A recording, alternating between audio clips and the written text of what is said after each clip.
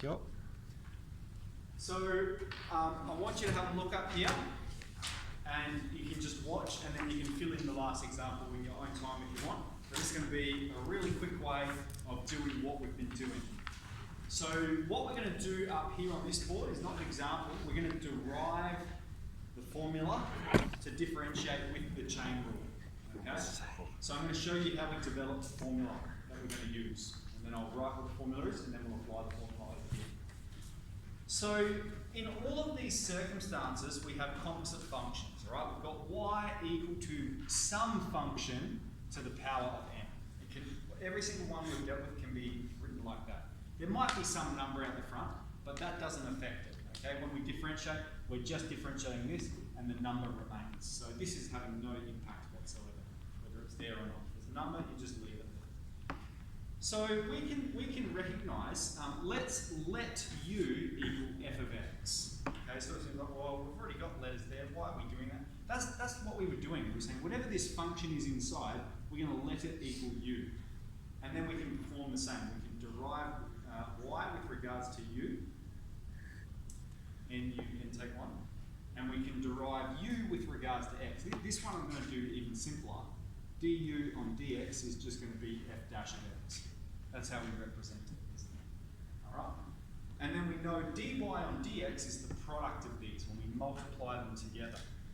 So dy on dx is going to be f dash of x. I'm going to put that at the front. It doesn't matter where it is. The order of multiplication doesn't matter.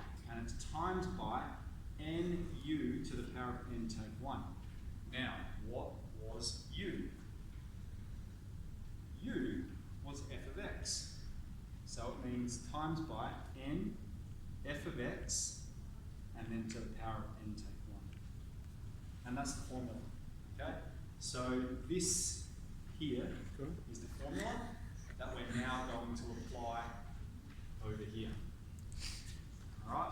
So what we have to recognise is what is f of x? What is the function that it's composed of? And so I'm going to do this reasonably quickly. Alright? So the derivative is, okay, if we've got y equals f of x, then dy on dx is f dash of x times times by n to the power of f of x, n f of x to the power of n take 1. Okay? So I'm looking at this function. Alright, we've got f of x is this whole thing in here, and it's to the power of 5. So the first thing I've got out the front is what's the derivative of this? Alright, so I'm looking at that. I'm going, well, that's going to be 3 plus 4x. Okay? So derivative of 3x is 3, derivative of 4 is 0, derivative of 2x squared is 4x. So if that's f of x, then f dash of x is going to be this part. So I've done that part of the formula. Then what is n? So we've got times by, n is 5. Okay, that's the power we're talking about. It's f of x to the power of n.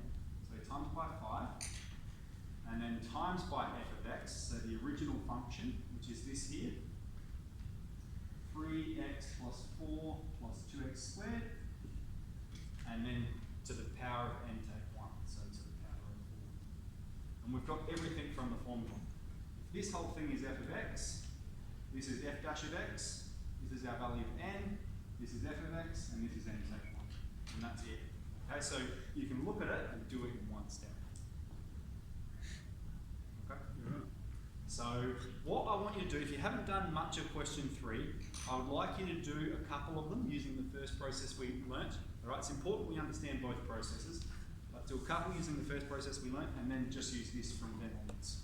Okay? This is going to be our go-to, just like how we would normally differentiate simply rather than using the first principles. All right, that's all. Let's proceed with exercise 2C.2.